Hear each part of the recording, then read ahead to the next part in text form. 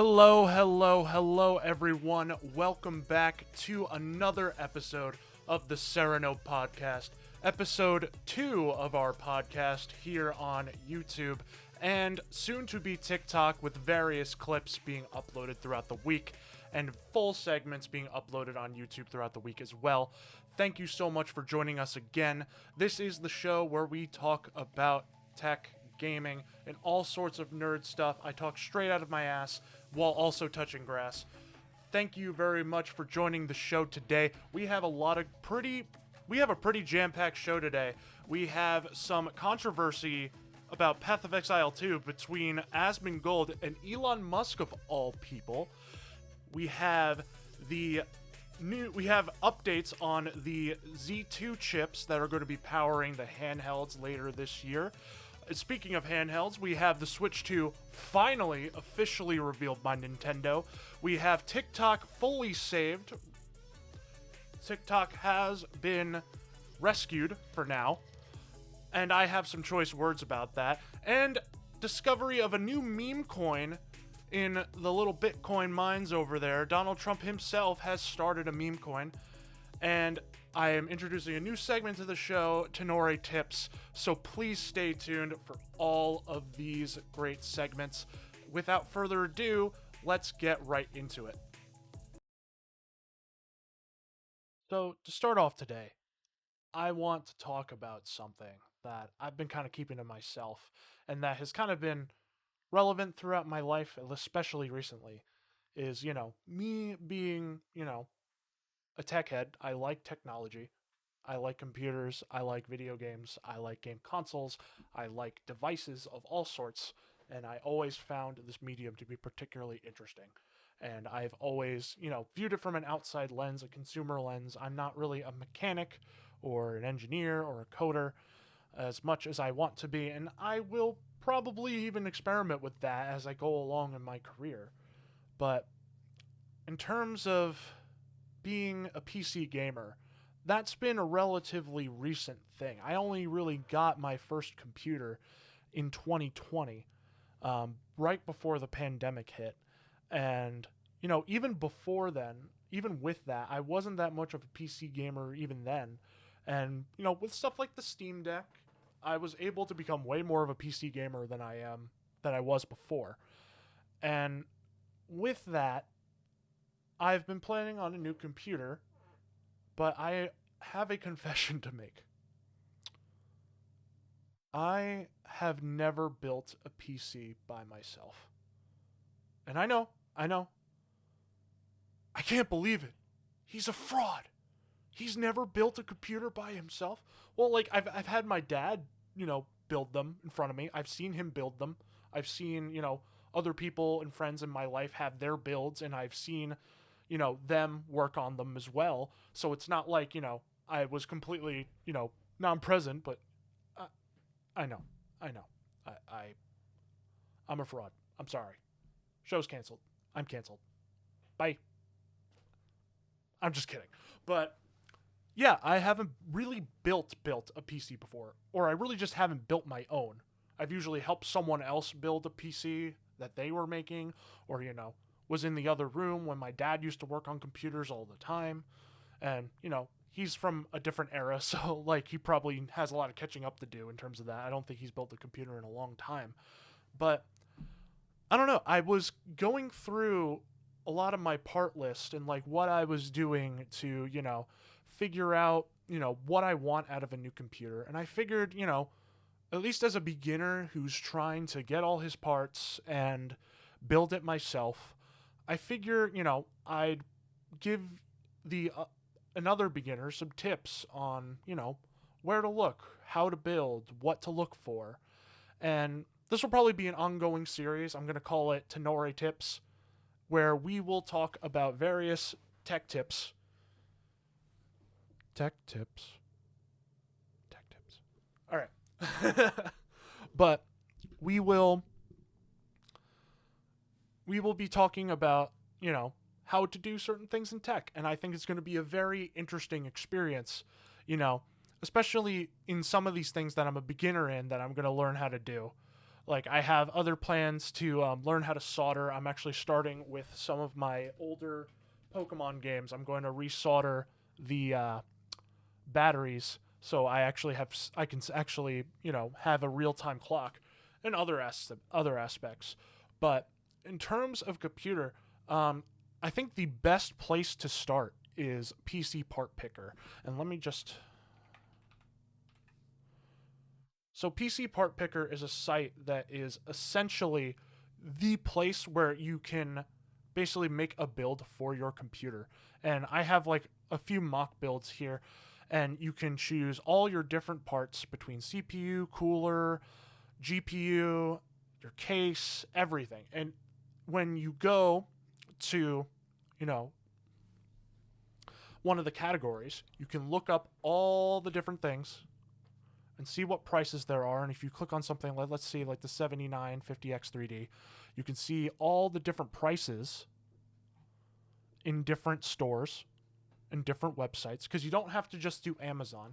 And that's something I don't recommend. You don't just have to look at Amazon for a pre-built or anything else. You can go on Newegg or B&H or Adorama and all types of websites that have these parts. And frankly, they might even be a bit cheaper than Amazon. It might just take a few extra days for it to get there. And you'll also have reviews from users who have used these things, and you'll have a ton of information at your disposal. And the builder itself is also really cool because it checks for compatibility. So you can see that all my parts are compatible.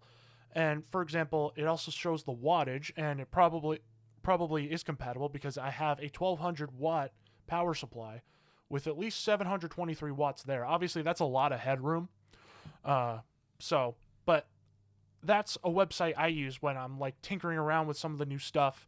I could see what's compatible, what's not. And I also like to, see what I can make on this website. And like, it's definitely a valuable tool for a lot of people. And anything you order from this site, they get sort of, an affiliate ship where like you're buying it from like Amazon or B&H or Newegg, but they get a little bit of a commission out of it because you're using their website. And I think that's really cool. This is actually my part list. I'm looking forward to this one because I feel like I have a good amount of money to actually go relatively all out. Whether or not I want a 5090 remains to be seen. I'm thinking about a 5080 instead. But I put the 5090 there because I just wanted to see the wattage. Like so far it's 896 and I have the same 1200 watt power supply. I also have different fans because I was experimenting with different aesthetics and looks. Obviously, I chose the hipster case, the Fractal North, and I like the black and gold, so I'm actually going with, since I'm a creator, I'm going to need like a creator motherboard, so I'm thinking going with the Asus ProArt AM5, which is pricey, but it has a lot of ports. It has a lot of what I need on it. So I think it'll probably be worth it. And there's a lot of things that I'm probably going to get that are expensive that are specifically for future proofing. Like, I don't know if I get a power supply bigger than this, but depending on what kind of computer you're making, you might want to consider what power supply you're getting. Not only just the amount of wattage, because obviously I kind of want a little bit of overhead in case I add more to it.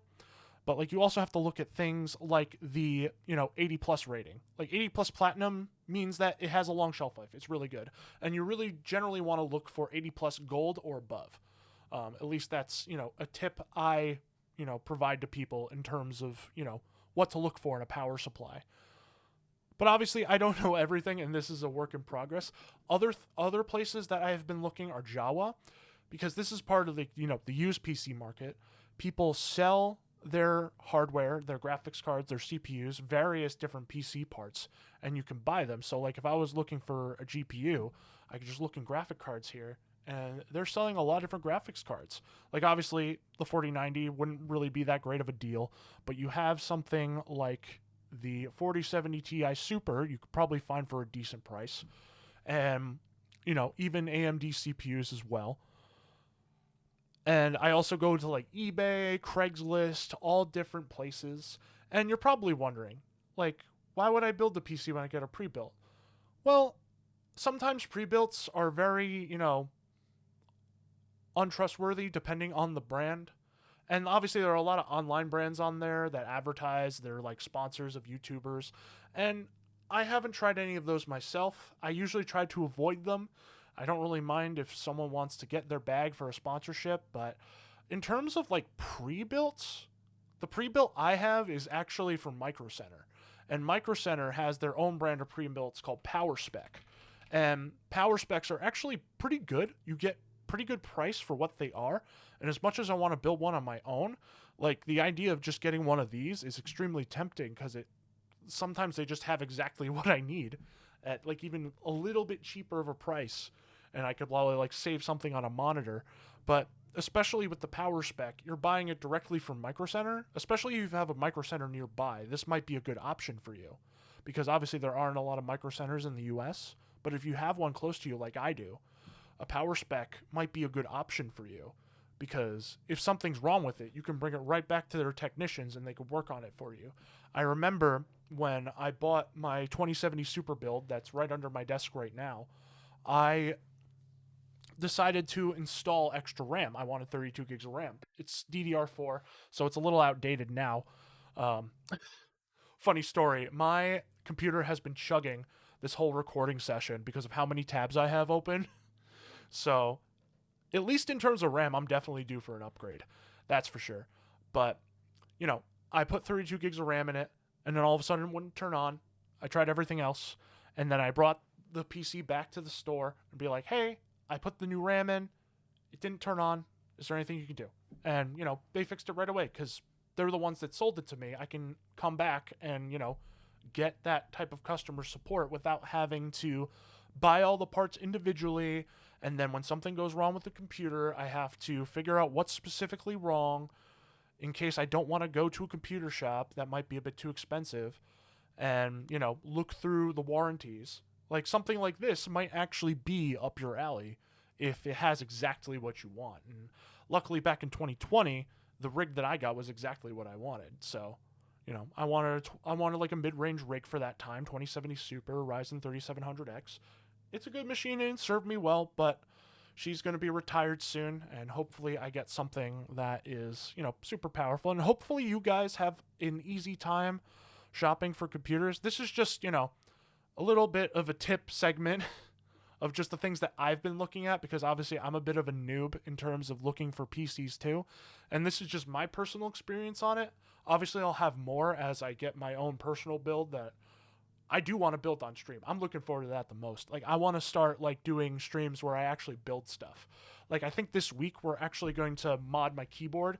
I have some keycaps and switches that I'm going to put in this key crown right here that I've been using for the past few weeks, and I'm looking forward to actually modding it. And I have a top-down camera right now. You can't see it because it's out of the way, obviously, but I'll probably be doing that on stream at some point too. But I'll definitely get the PC build done. I'll buy all my parts and like we'll get it done on stream. I think that'll be a really cool thing to do. But yeah, thank you guys for watching this segment.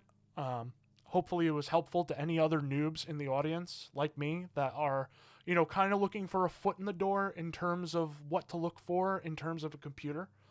And hopefully, we both learn more as we go along.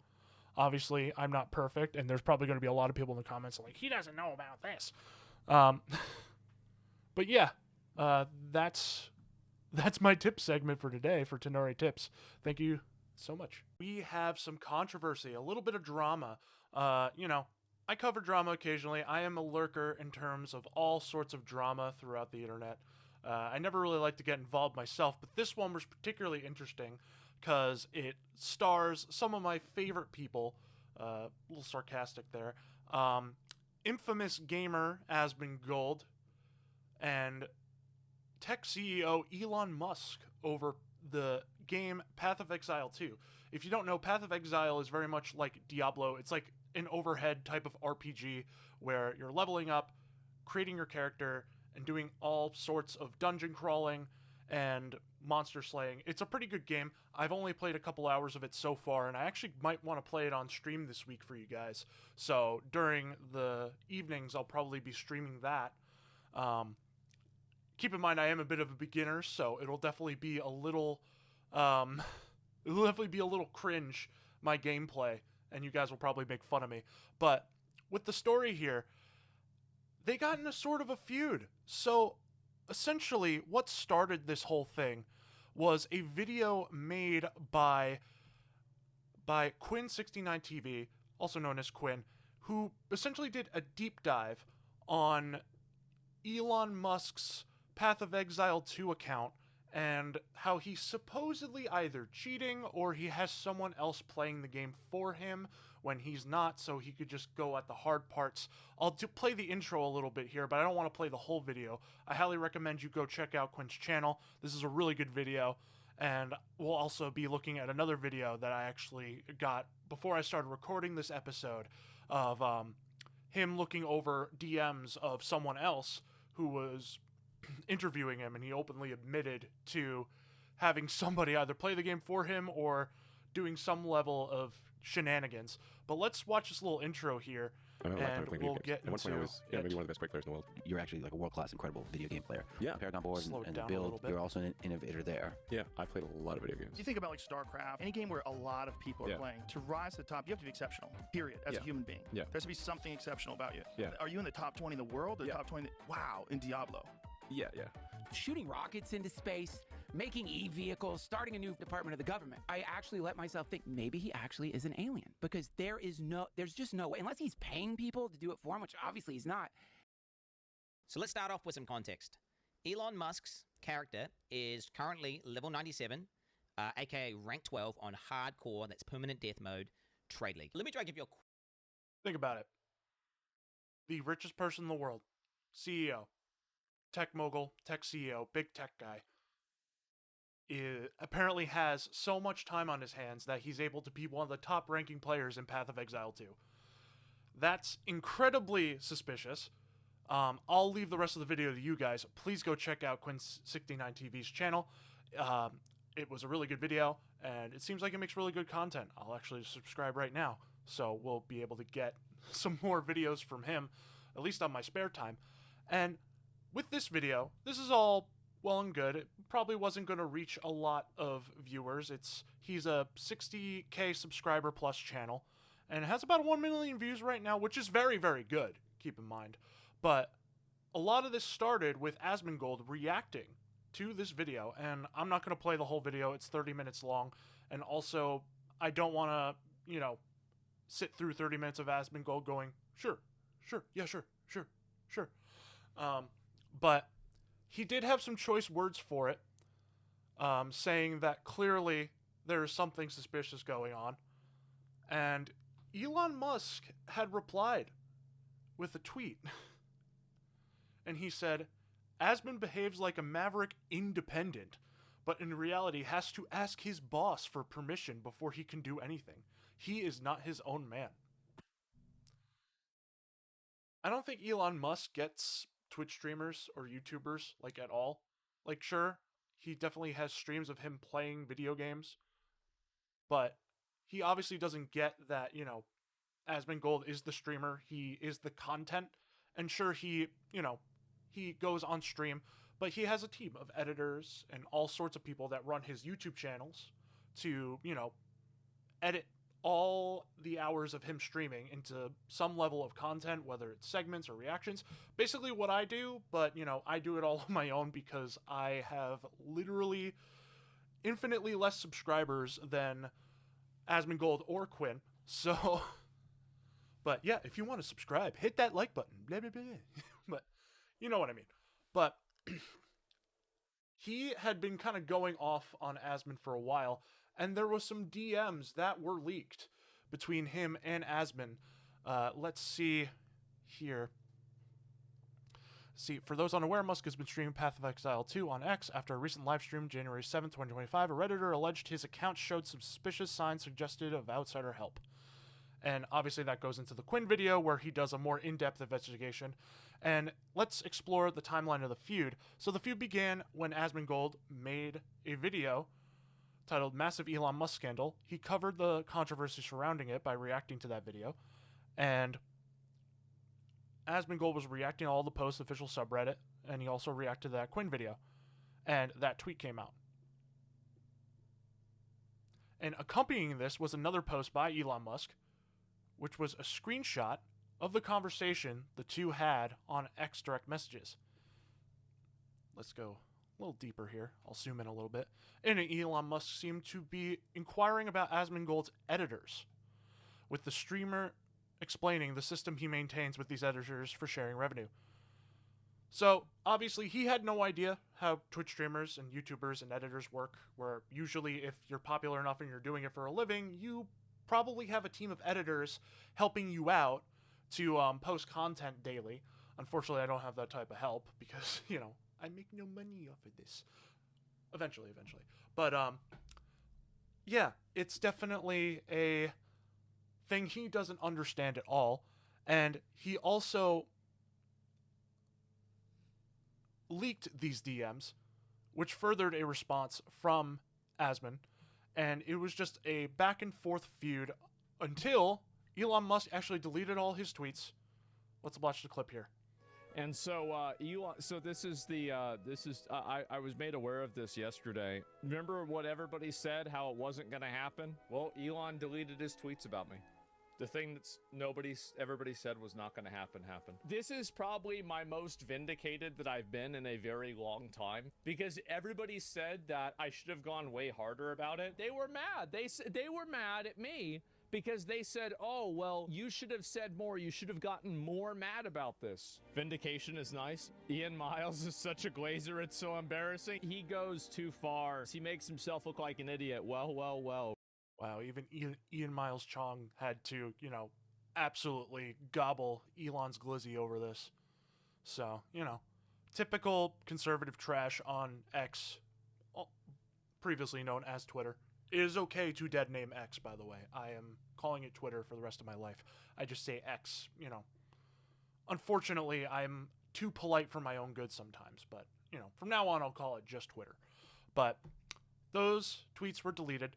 But I actually saw this a little bit before I started recording, that Quinn uploaded another video. I believe this is either a stream highlight or just some sort of reaction to another person interviewing Elon Musk.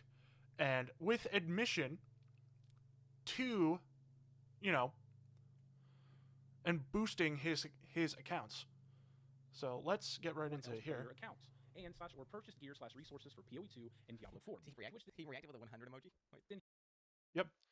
Basically, he asked, have you leveled, boosted, had someone else play your accounts, and or purchased gear / resources for Path of Exile 2 and Diablo 4?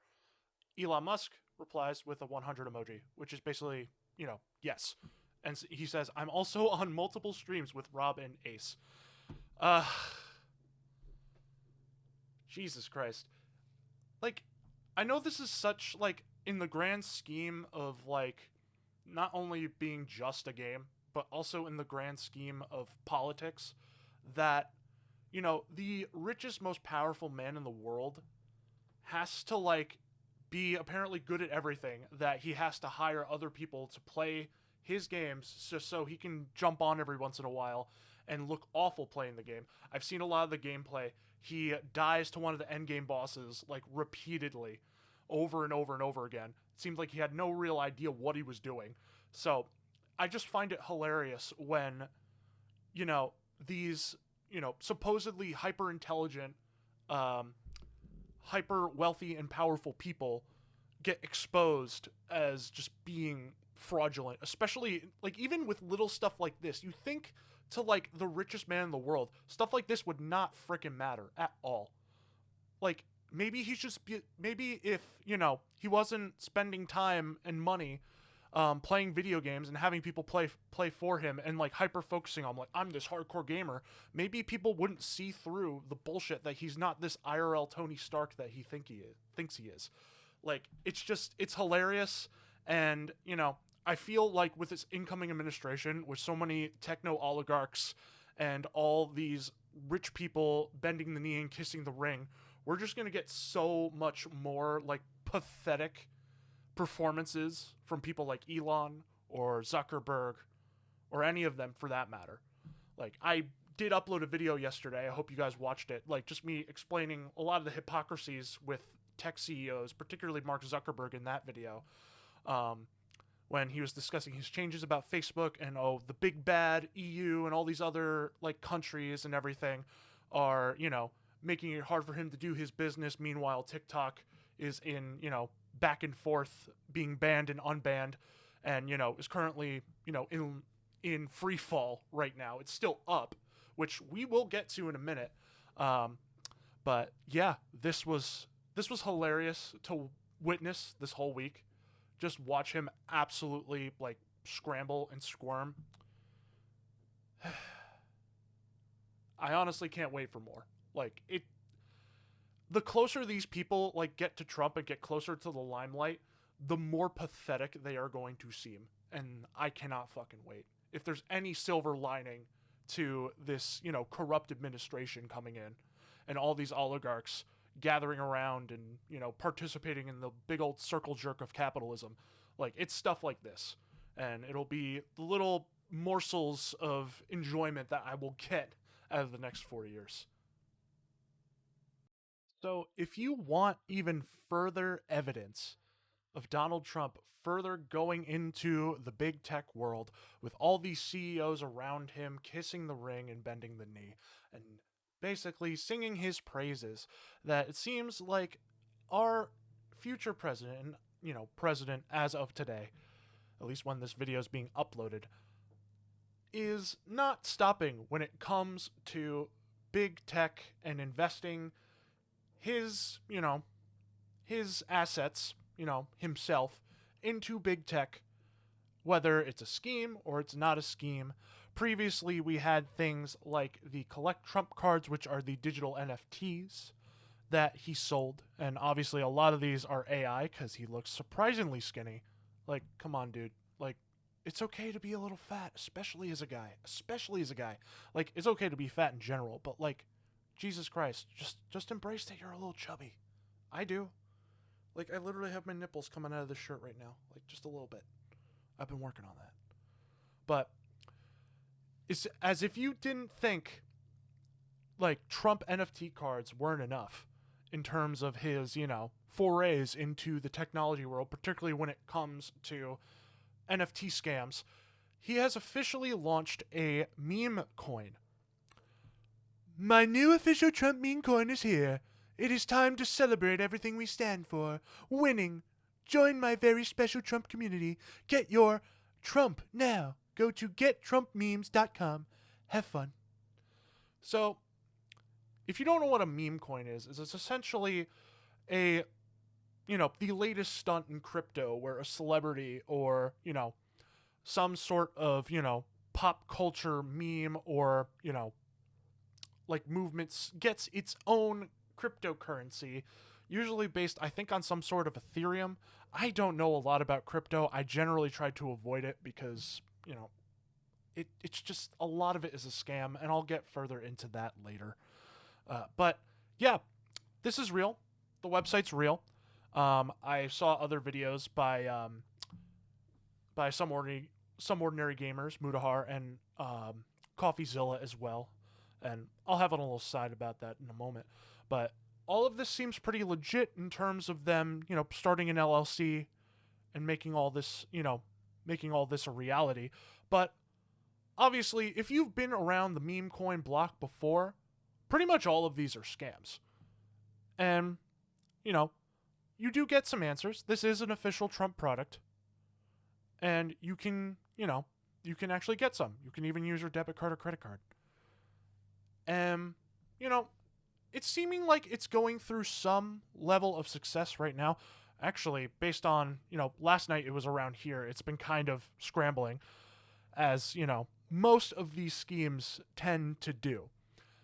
And one person that has done a meme coin before, I'm sure you are not sick of seeing this person literally fucking everywhere. What's one move in bed that makes a man go crazy every time? Oh, you gotta give him that huck too and spit on that. I don't want any more of that. Please don't let me watch any more of that. So yeah, our favorite, very, very, very, funny meme, Hawk to a Girl, also had her own meme coin. And I believe this is one of the official websites. But there was a lot of controversy around this one too, where essentially it was an elaborate rug pull. And what a rug pull essentially is that when you have these coins released, the creator of the coin and other parties involved in the scam will have like maybe about 30% of the coin, and then like the other 70% is being sold off to people that want to buy it. And essentially, as it starts growing a little bit more and more, soon after launch, they will sell, like the owners and the people involved with this scam will sell all of their coin almost pretty much all at once. And what that does is that it absolutely tanks the value, leaving so many investors financially destitute. But the people that owned a lot of that coin and sold it and made this coin run away laughing with all your money. And, you know, this is what, you know, capitalism has become. We have speculated on assets so much that we literally have a mechanism where we speculate assets strictly for assets. There is no material surrounded to crypto. Crypto is essentially a ledger of, oh, hey, I own this amount of thing. And it's not a thing. It's just, hey, I made this transaction. It is a ledger of transactions that says, oh, hey, I purchased this amount of insert thing, meme coin, Bitcoin here. It is a speculative asset for the sake of being a speculative asset. And I really hope anybody watching this does not fall for crypto scams. This is just another way for, you know, people on the top to essentially make money without even trying. And essentially any effort that goes into it is your hard-earned money that you decide to waste on it. And sure, it could be said that, oh, you're just an idiot. You, like, spent the money on it. Like, why would you spend money on it when you know it's a scam? But there are people that don't know about this stuff, and they like their Donald Trumps. They like their Hawk Tuah girls, unfortunately. I still don't understand why so many people like her. Like, Jesus Christ. Like, Hawk Tuah is, like, for people who still think Adam Sandler movies are still good. Like, that's what I think Hawk Tuah's demographic is. People who still think Adam Sandler is funny and are probably a little misogynistic, let's be perfectly honest. And divorced dads, of course. But, you know, it's just indicative of the times we live in, obviously. Another tech-based, you know, scam in the big tech world that, you know, is taking the world by storm. And to the point where even the president has his own meme coin. What a time to be alive, people. And obviously, there are people that investigate stuff like this, like CoffeeZilla. And this is just a little aside. And, like, I'm not going to play the whole video. He just kind of goes on about it. And Mudahar also covered this too. But, like, I don't know. This is just a little aside, like, to the main point. And we'll get back to it. It's like, I hate when, like, these types of commentary YouTubers or, like, you know, especially someone like CoffeeZilla says, reminder, we don't do politics, and that policy still stands. Luckily, this coin is not affiliated with politics or any government. But do you know who it is affiliated with, CoffeeZilla? Our incoming president-elect. He literally advertised it on his Twitter. This is literally his Twitter. It has the gray check mark. This is literally politics. He's literally trying to scam people, literally while he's going into the Oval Office, where essentially he'll have fucking immunity. This is about politics. Shut up. Stop talking about this like it's not political whatsoever. You are literally criticizing the dark and seedy aspects of our capitalistic society. And then meanwhile, you do this I'm apolitical dance. And I'm like, dude, you don't have to be a hardcore leftist, but realize what you're doing here. Realize what, you know, whose team you're fighting against. It's ridiculous. And, like, it happens with other commentary YouTubers too. People who expose these type of scams. They're like, I swear I'm apolitical. Like, you know, these people are like capitalistic frauds that are running away with your money. But, like, I swear I'm apolitical. When, you know, literally our entire society is, you know, the top echelon of our society are people who run away with our money on a daily basis, whether they're corporate welfare queens like Elon Musk, whether they run away with subsidies or anything else, or, you know, get people into pyramid schemes. Like, dude, you're a part of it whether you like it or not. Like, this shit just pisses me off. Where I just constantly see, like, I swear I'm apolitical. And it's just, it's crazy. Like, imagine trying to be apolitical at this point in time. And, like, I'm sorry this episode has had a lot of politics in it and a lot of, stuff related to crypto and, social media, like, banning and unbanning. And obviously my last video was quite political, but we're in a very political time where big tech has more of a place in politics than ever before. And, it's gonna keep happening. Obviously, I want to do fun stuff. And obviously, I want to do other stuff besides, politics in relation to technology or video games or whatever. But, like, it's just the time we live in. Like, I don't want to be, just blindly consuming just so, I can have a, stable audience. Like, I really don't care about that. Obviously, I don't make any money through this right now, and I don't really care if I do at the moment. Because it's just, I don't want to be afraid to actually talk about this stuff and, like, actually, call them out for being, for being scammers, for being awful people. Like, I'm sorry. It's just how my channel is going to go in the future.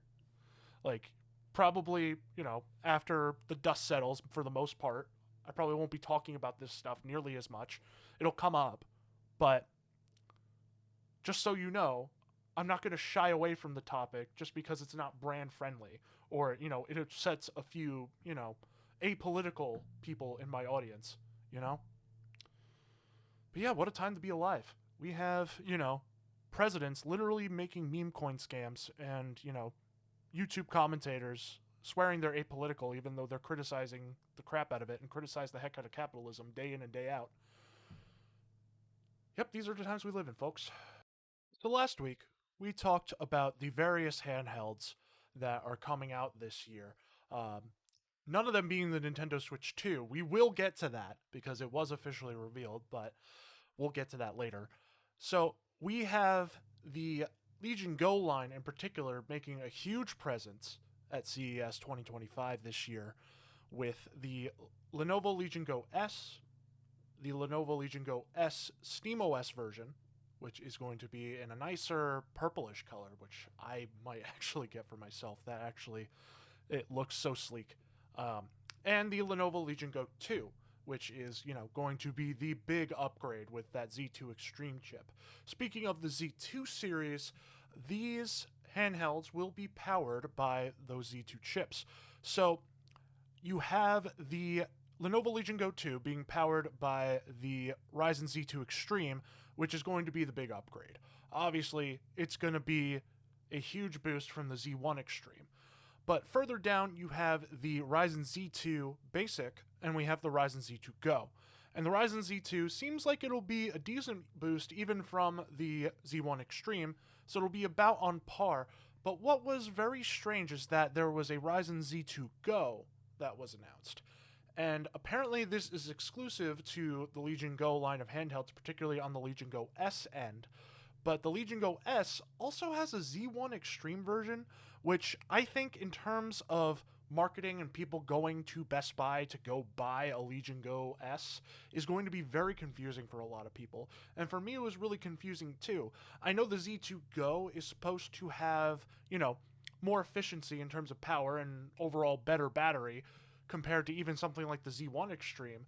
But if it's less powerful, I just don't know why they would bother, especially if they're going with the Z2 and the Z1 Extreme for these Legion Go S's. It just doesn't seem to make a lot of sense. Maybe price-wise it makes sense to keep the price down. But you also have the fact that it's kind of confusing for consumers, because 2, it's a bigger number than 1, and I know there's the Extreme at the end of the Z1, but I don't know, it's just confusing. I don't get why they did it the way they did it.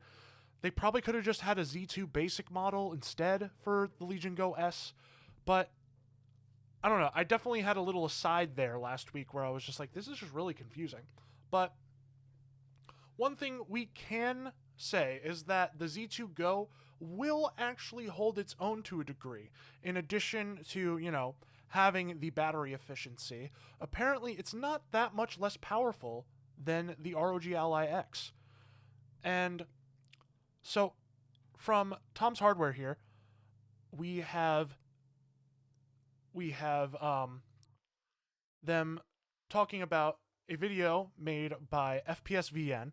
I have their video right here. We won't go too far into it. I'll leave you guys to watch the video. Go support this guy. I'll subscribe to him too now. But it seems like that there's only like a 10% difference between power between the Z2 Go chip and the Z1 Extreme chip, particularly when comparing the Legion Go S to the ROG Ally X.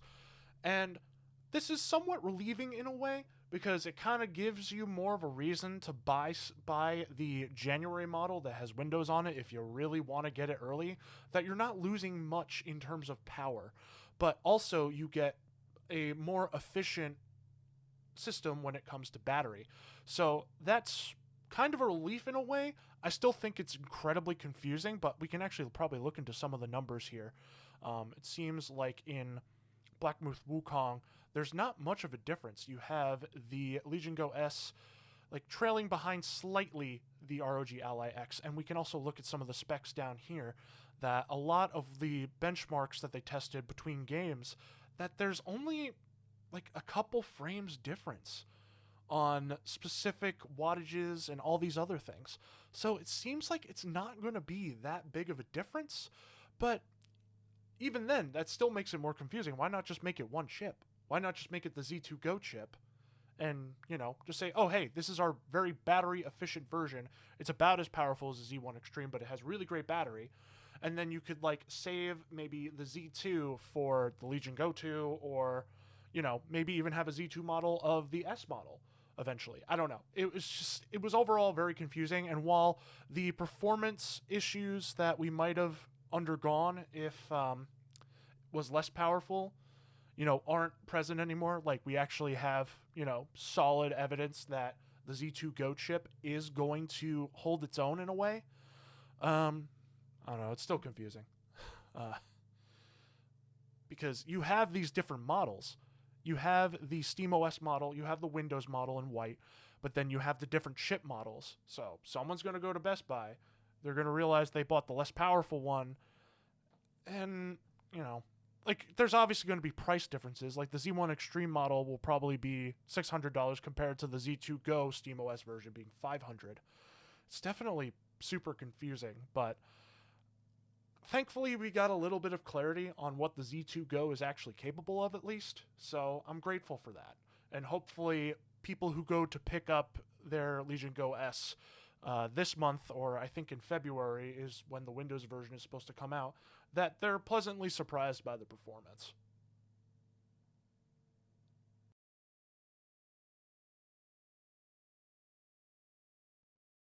Wait, it can't be.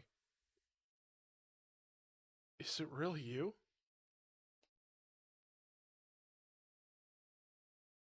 It's been 3,000 years. 3,000 years. We heard of your name and you're finally here. Ladies and gentlemen, the Switch 2 is here. Well, not really here. I just put, a sticky note of the number 2 on my Switch OLED. Yeah, finally. Freaking finally. The Switch 2 got announced. Officially by Nintendo. A system that has been rumored, speculated, and leaked probably ever since the original Switch came out, when it was still referred to in rumors as the Switch Pro. It's finally here. And obviously, I have to sped up a little bit, and we'll take a look at everything. But this trailer it's pretty simple, and, it shows a good amount. Like, it shows that the Switch itself is bigger, you skip forward, you have the better kickstand, you have the new Joy-Cons that are magnetic and all that crazy stuff. You even get an extra USB-C port at the top, which is going to be great for accessories, and you even have a new Mario Kart, and you have, I don't know, the Mario Kart actually looks really good. It seems like they made the designs more cartoony. Like, there's, I have to show you guys if I can see it. Like, Donkey Kong's design is, completely different, which I don't know if I like that design in particular. Like, it's kind of the movie Donkey Kong, and now I'm going to be thinking about Seth Rogen and thinking about that laugh over and over again. Sorry if that was way too loud. But yeah, we have the Switch 2 officially announced. It is coming out this year, backwards compatible with regular Switch games, and to top it all off, we will have in-person events that some people will get accepted to and others will not. We also have a Nintendo Switch 2 Direct on the 2nd of April, 2025. Can you believe it? We actually got the Switch 2 before GTA 6.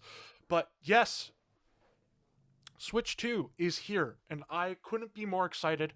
Obviously, the system is going to take a while to come out. Like, we don't have any more news to really look forward to officially from Nintendo until April, but I'm willing to wait because we finally got it.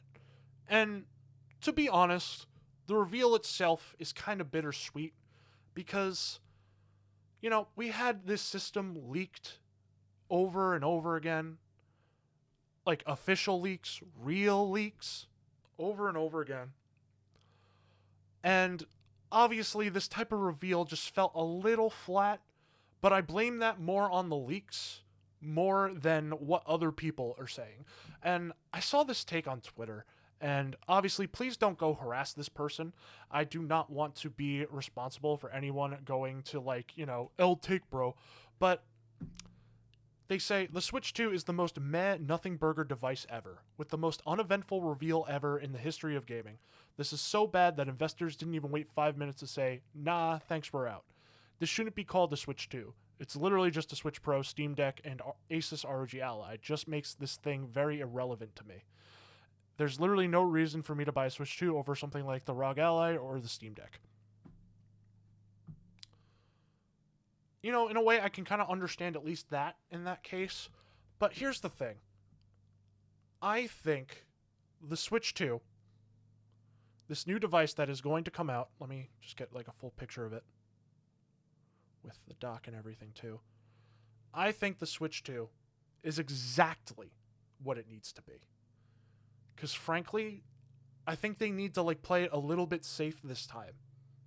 Especially with their turbulent history, with, you know, kind of making their innovations and like new ideas too much of a center stage aspect. Like, obviously, this is why the Wii U failed. Like, you have this giant controller, which, while albeit is a very nice giant controller, I enjoyed my time with the Wii U. But when I first saw this thing, I didn't know that there was a console attached to it. The gimmick, the killer feature, took precedent over, you know, the hardware itself. And obviously Nintendo isn't about powerful hardware.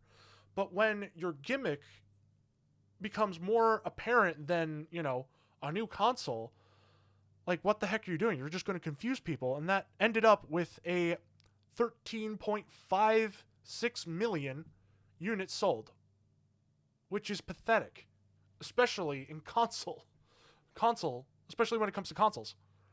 So I think in terms of, you know, marketing and all these other things, and, you know, just having something that people will know what it is off the bat, I think the Switch 2 is exactly what it needs to be. It just needs to be the Switch 2.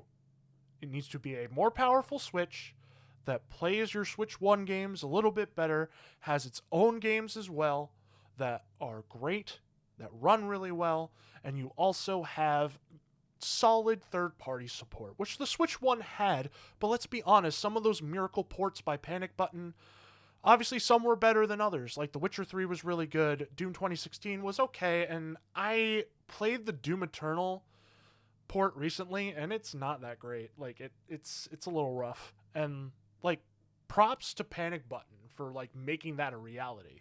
Like, that's still impressive that they were able to get on it, period, and it runs, and you could play it from beginning to end. That's impressive. But in terms of, you know, just being the Switch 2, not only is that what I think exactly it should be, I think we're selling Nintendo short when it comes to wacky, innovative new things.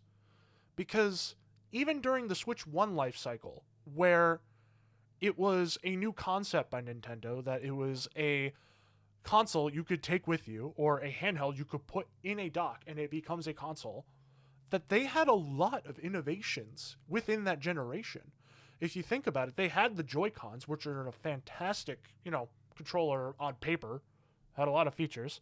Obviously, there were some things that were really bad about it, like the infamous Joy-Con drift and the rails being very finicky because they couldn't figure out the magnet technology, and thank God they did now. So we have magnetic Joy-Cons. And it seems like these new Joy-Cons are even better. Like, if you actually even look in the trailer, it sort of confirms the leaks about these Joy-Cons having optical sensors in the center. Let me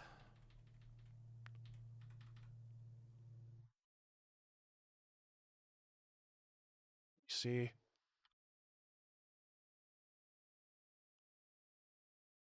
Buttons. Yeah, like they're dragging along the ground. It kind of, gives credence to the mouse thing. Like, I'm actually excited about that feature a lot, actually. I think, Metroid Prime 4 speedruns and Splatoon 4 is going to go absolutely insane with all the, hardcore Splatoon heads that are going to, have mouse controls for their competitive matches, which is insane. But you also had things like Ring Fit Adventure with the Ring-Con. You had the Ring-Con controller. I actually have it right here. I actually really liked Ring Fit Adventure. I have it right here. I actually really like this thing. I wish they did more with it because it was a really cool concept for a fitness game, and it was also a really cool controller where you basically get to work out and play a video game, and it was kind of like a weird fitness RPG. Like, I think this game is awesome. I think it's super interesting. And that was one of the many innovations. You had Nintendo Labo that came out, where you had these cardboard pieces that you could assemble and you could play specific mini games with them, like the Toy-Con piano and the fishing rod and all these other cool devices. And they even worked with other games like Mario Kart.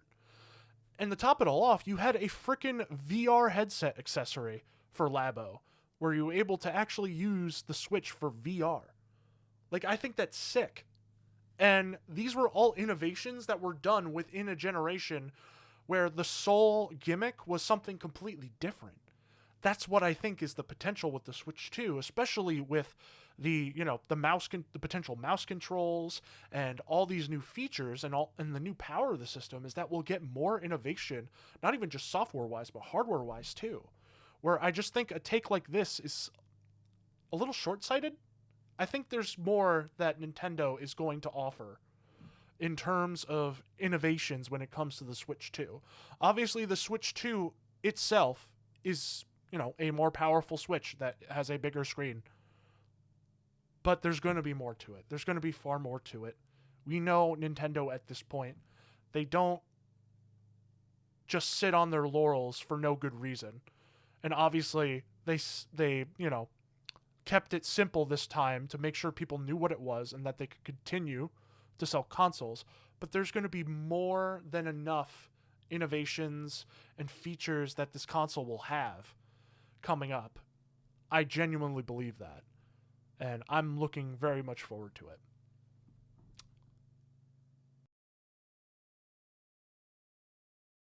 So if you've been living under a rock, you probably don't know that TikTok has been banned. It's been kind of in that, dead man walking state for several years now, where the Republican administration back in 2016 to 2020 wanted to ban TikTok because of it essentially being an app under a Chinese parent company and supposedly being this distribution of propaganda and, siphoning people's data like, American tech companies don't do that already.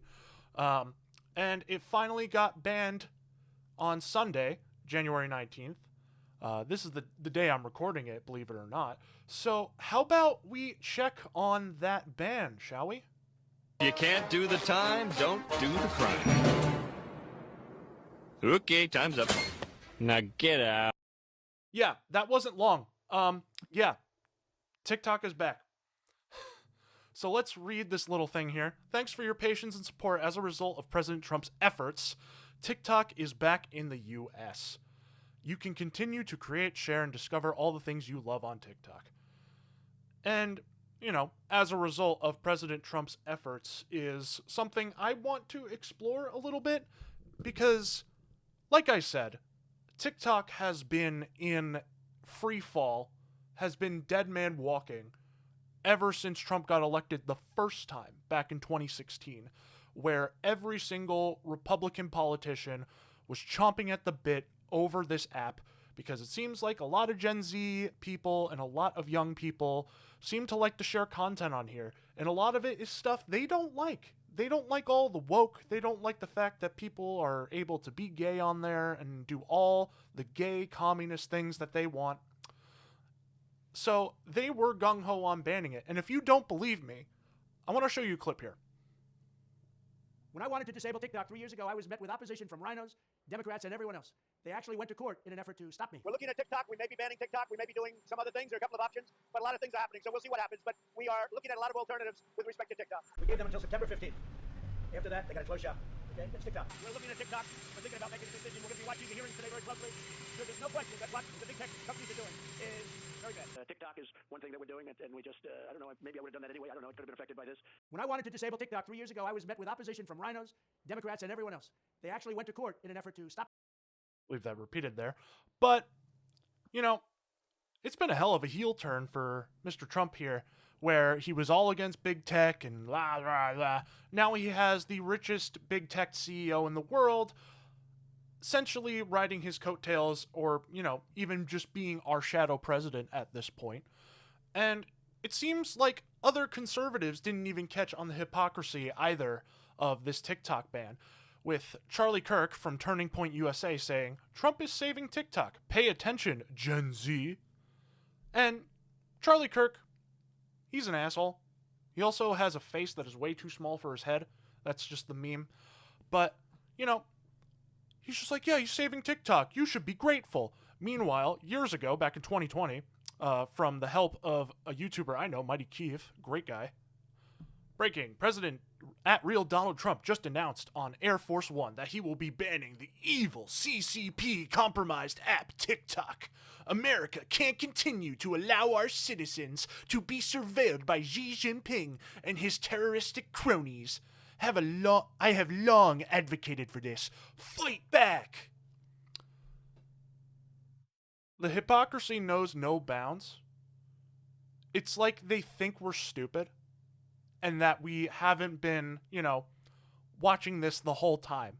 Like we've been asleep at the wheel, thinking that all of a sudden they're so pro-TikTok and want it to come back just for the sake of political theater because they want to look good. This is what they want. They want their administration to look good to young people. And, if I could say something to young people, and you frankly probably already know this, don't fall for it. Do not fall for this. Because they wanted they wanted TikTok banned in the first place. And now they're bringing it back because they know it'll make them look good. And don't even get me started on the Democrats, because the Democrats are also complicit in this by basically just handing them a W on a silver platter. So this screenshot came from Hassan. Democrats have gave an unimaginable W to Trump by pulling this insanely incompetent and unpopular decision. Can't believe that Trump, who wanted to ban TikTok initially, is now getting the most expensive free ad by being credited as the savior to 170 million Americans. Masterclass. 170 million Americans are being shown that Trump was the man who saved TikTok, even though it's just political theater. We all know, at least most of us know, it's political theater. If you're not a normie, you know it's political theater. That they wanted to do this to look good. And, now they're turning around. And obviously, Democrats were no better in this situation where, honestly, Democrats are chicken shit little cowards and decided that they wanted to uphold the current dead man walking status of TikTok during Biden's administration. And this just kind of further proves my theory about our two-party system in America in terms of politics. And sure, Democrats have their corporate donors, And they do talk about wanting things to get better, but I've always lived by this saying, probably ever since high school, and it's something I made up myself. Democrats are cowards, Republicans are evil. Those two sentences are the reason why I'm a leftist. And, you know, I'll never be shy about it, especially when it comes to things I'm passionate about, because, you know, big tech is a big subject around the current politics of our day because of social media, because of things like AI, things like crypto, which we'll also talk about later, because it has just been a non-stop rigmarole of, you know, current big tech Web3 type schemes and bullshit. And it's just, yeah, I've run out of words, honestly. It's just this absolute, you know, like I said before in my previous video, it is like this massive fusion, like this fusion, Dragon Ball fusion dance of capitalism and authoritarianism. And Donald Trump is just that Patara earring, or the Patara earrings of both of those things. And, you know, obviously Democrats don't do a good job at countering this type of stuff because they're obviously beholden to corporate donors that, you know, they can't go too hard on other people. This is the reason they lost, because they don't go hard enough. Because we know that these Republicans are just deplorable, particularly politicians. I don't mean ordinary voters. I just think ordinary voters are short-sighted and kind of stupid. But in terms of these politicians, these media figures, these talking heads, they are evil, deplorable people, especially on the right. And our current Democratic Party does not do enough. And frankly, I don't think they will ever do enough to counter these types of narratives. And it just makes me sick to my stomach. It's funny, the Democrats are making me angrier than the Republicans, because at least I know what to expect out of the Republicans. I know to expect that they are evil, and they will do whatever it takes to make sure that people that aren't them are absolutely miserable. But with Democrats, it's always this weird story of like, oh, we're better this time, we'll turn the page, and then they don't. It's the reason Kamala's campaign absolutely dive-bombed. This is the reality we're living in, folks. Alright, ladies and gentlemen, that is our show for today. Thank you guys so much for watching. Please remember to follow me on my various social medias via my link tree that is right here. I also have my donation link as well that you can check out if you want to support me financially. Again, it's not required, but it's always appreciated. Thank you guys so much for watching, and I hope you have a great week. Thank you.